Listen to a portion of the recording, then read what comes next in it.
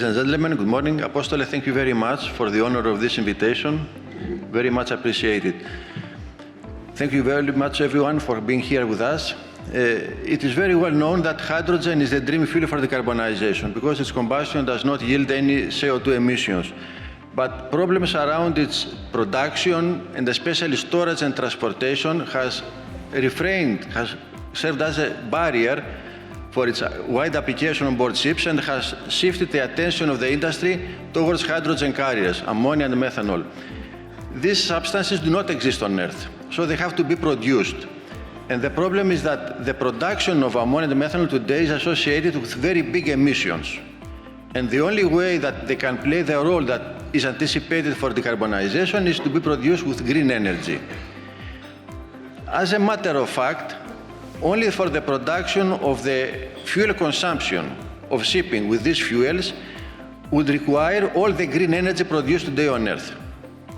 This is not going to happen. Green energy is not made for the green fuels of shipping. It's made predominantly for electrification. Therefore, their potential is strongly diminished, and the actual potential of these substances is very much less than what people describe or even wish to have. Going away from green fuels, the only other solution we have is to continue use for existing fossil fuels and apply carbon capture.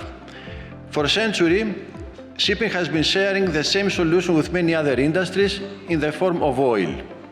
And going forward, decarbonization is a global problem, and shipping is only 3% of it. It is therefore meaningful for shipping to say, is there any solution that we can possibly share with other industries? As a matter of fact, there are many industries which are much heavier pollutants like cement, fertilizer, steel, petrochemicals, which account for about 25% of the global CO2, which have as only technical solution for the reduction of the greenhouse emissions the carbon capture. It is therefore meaningful for shipping to share this solution with other industries, and it has come to a point that we need to ask ourselves not only to solve a problem, but which problem to solve. That is, what makes more sense? To request from the society to produce, distribute, store, and supply a totally new fuel, or simply deliver our CO2 ashore and join the stream of so many other industries for sequestration or use? What makes more sense and what makes more sustainability? Applying carbon capture on board, today the technology which has been acknowledged as the most applicable is the carbon capture from the exhaust gas. It is a chemical absorption process in the sense that, as differently from scrubbing where the exhaust gas is simply washed down with seawater, there is a solvent which absorbs with a chemical reaction the CO2 from the exhaust gas with the presence of heat. In other words, it is a very complex and sensitive heat and mass transfer process. And this process is very sensitive to many factors, like, for example, vibrations, impurities, NOx, SOx, PM. There are regulations to limit the emission of these pollutants, but we cannot totally eliminate them. And of course, load variation.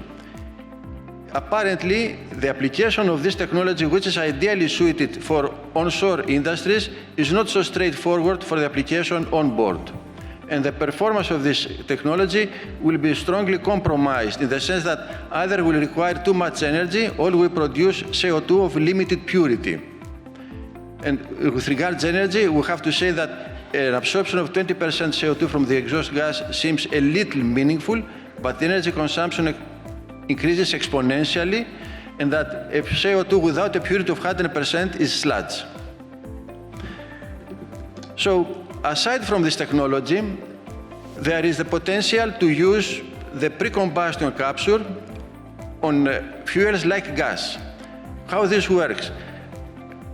Methane, effectively LNG, is a hydrogen carrier.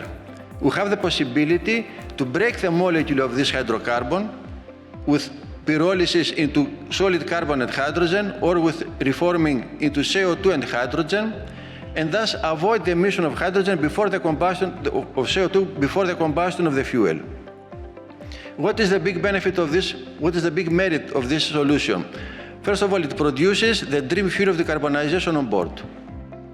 there is no need to store the hydrogen because hydrogen is consumed immediately after its production and addresses the key challenge of decarbonization, which, to my opinion, is that the problem is not what technology or how effectively the shipping companies will apply new technologies on board ships. They have always succeeded to apply new technologies.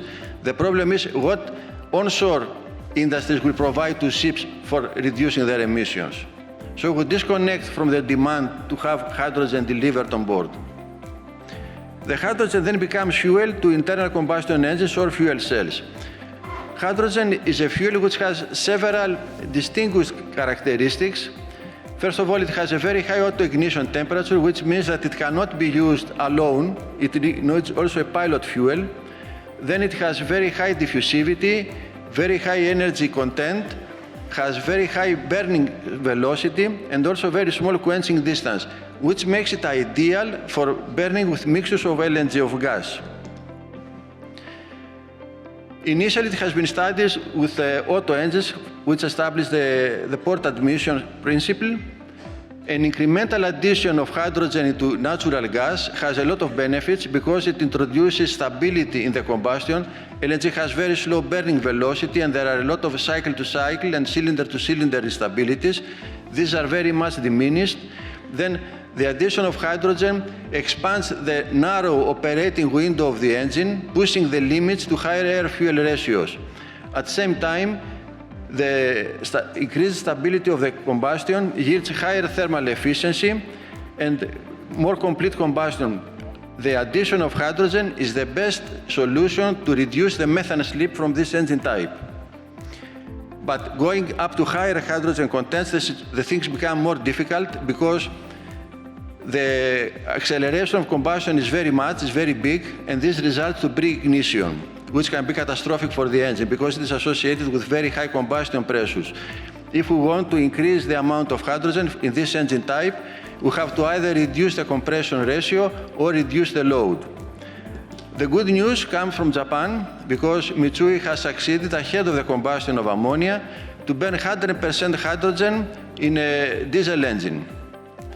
Mitsui has succeeded to develop a very smooth combustion of hydrogen without the increase of maximum pressure of combustion, therefore without any risk for the engine safety and mechanical strength.